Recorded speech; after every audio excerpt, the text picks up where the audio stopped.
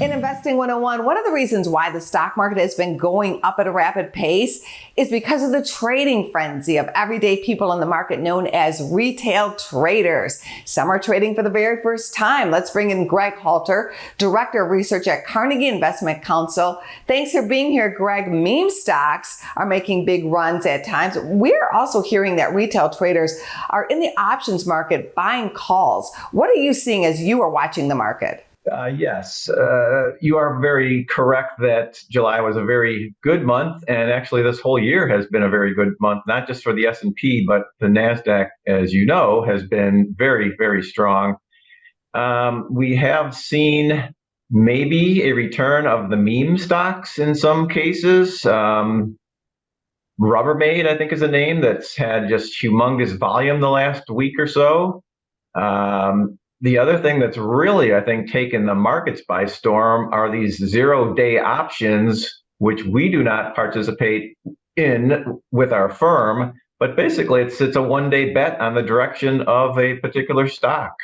So that has really increased volumes, and it seems like people are getting interested in the market again after last year, which was not such a very good year, obviously. What are your suggestions for first-time or newer retail traders? In terms of the retail side of things, our philosophy at Carnegie Investment Counsel is to find the best companies that we can and invest in them for the long term. We are not day traders. We're not swing traders. We're not trying to pick up a move for a month or a year even, but for the long term, 3 to 5 years, if not longer. So our advice is don't chase the trends that are out there. Don't chase the hot money.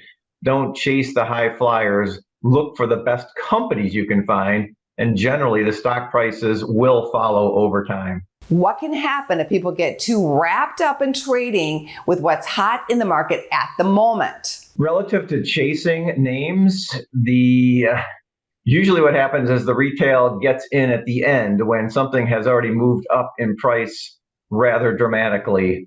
And at that point, many of the major gains have already evaporated, and the retail investor may be left with a company, with a stock that has gone down in value after they bought it, and then they become disillusioned and disenchanted with the markets.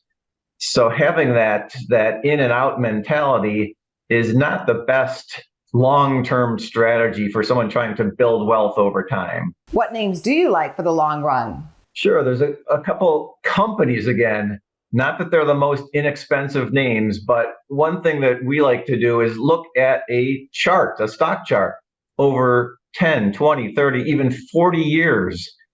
There's plenty of services out there that provide these. And if you're looking for some of the best companies, again, the stock charts usually follow a company that has some sort of unique property, product, service. I mean, some of these companies would be Pepsi. Everyone knows Pepsi with Frito-Lay and Pepsi products. The food, snack and beverage company. Another one is Stryker Corporation, which makes orthopedic implants, hips and knees and shoulders, with everyone exercising for longer periods of time, wanting to be more active. We all know that exercise is good, but as you get older, you do tend to have some issues. And so an implant is something that could really help extend the longevity of the exercise. Another company is Eaton, which is here in Cleveland, Ohio, where we are, that is capitalizing on 3 mega trends in terms of digitalization, electrification, and the whole EV space. These are just companies that have, we think, long runways in front of them, given what they do and how they've been able to do it over time. Good balance sheets, good cash flow, those types of companies we're looking for. Thanks so much, Greg. Thank you very much. Go to businessfirstam.com for where to see our show on TV.